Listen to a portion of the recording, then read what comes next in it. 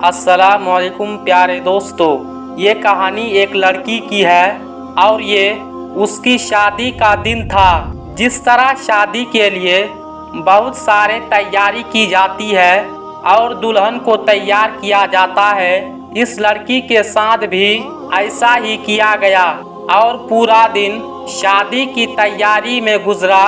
फिर ऐसा हुआ, मगरिब में नमाज हुई। मगरिब के नमाज के बाद उस लड़की का मेकअप किया गया और खूबसूरत लिबास पहनाया गया। जब दुल्हन तैयार हो गई तो उस दौरान ईशा का वक्त हो गया और उस लड़की को ईशा की आजान सुनाई दी। अब उसको लगा कि शायद मेरा वजू टूट चुका है जो मैंने मगरिब के नमाज के लिए किया था। अब मुझे दोबारा से वजू करना पड़ेगा और नमाज ईशा अदा करनी पड़ेगी।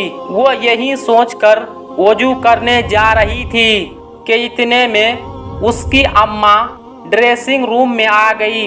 दुल्हन की अम्मा ने कहा, तुम कहाँ जा रही हो? उसने कहा कि ईशा की आजान हो गई, मैं सोच रही हूँ कि नमाज अदा कर लूँ क्योंकि शादी के रस्म के बीच में मुझे वक्त नहीं मिलेगी। उसकी माँ उसको हैरत से देखने लगी। बेटा, नीचे तुम्हारा मेहमान इंतजार कर रहे हैं, तुम्हारा मेकअप उतर जाएगा। जो तुम इतना तैयार हुई हो सारा पानी से धुल जाएगा और फिर मेहमान क्या कहेंगे? उनको बहुत बुरा लगेगा। वो तुम्हारा मजाक भी उड़ा सकते हैं कि तुम्हें इस बात का कोई खौफ नहीं।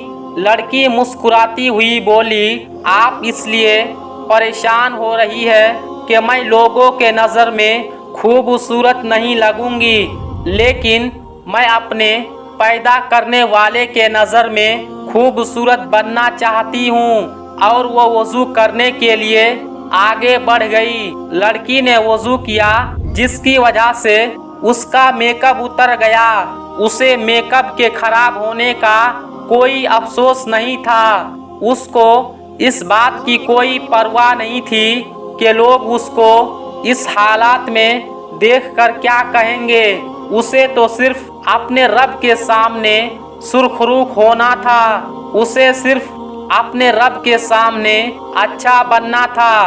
उसने नमाज पढ़ना शुरू कर दिया और उस नमाज में वो मजहब आया जो बहुत कम लोगों को नसीब होता है। फिर वो सजदे में चली गई।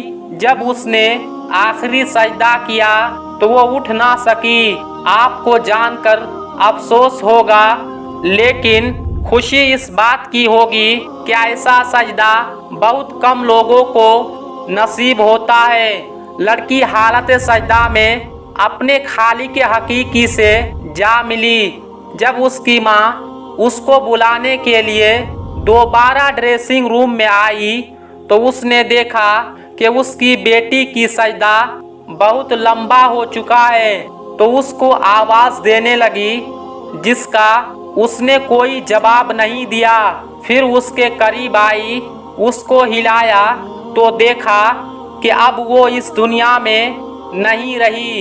ये देखकर उसकी माँ की हालात खराब हो गई, लेकिन उसकी माँ ने सब्र किया और कहा, हाँ मेरी बेटी, तूने सही कहा था कि अल्लाह ताला की खुशी लोगों के खुशी से ज्यादा माना रखती है। वो अल्लाह ताला को करीब करना चाहती थी। अल्लाह ताला की नज़र में खूबसूरत बनना चाहती थी।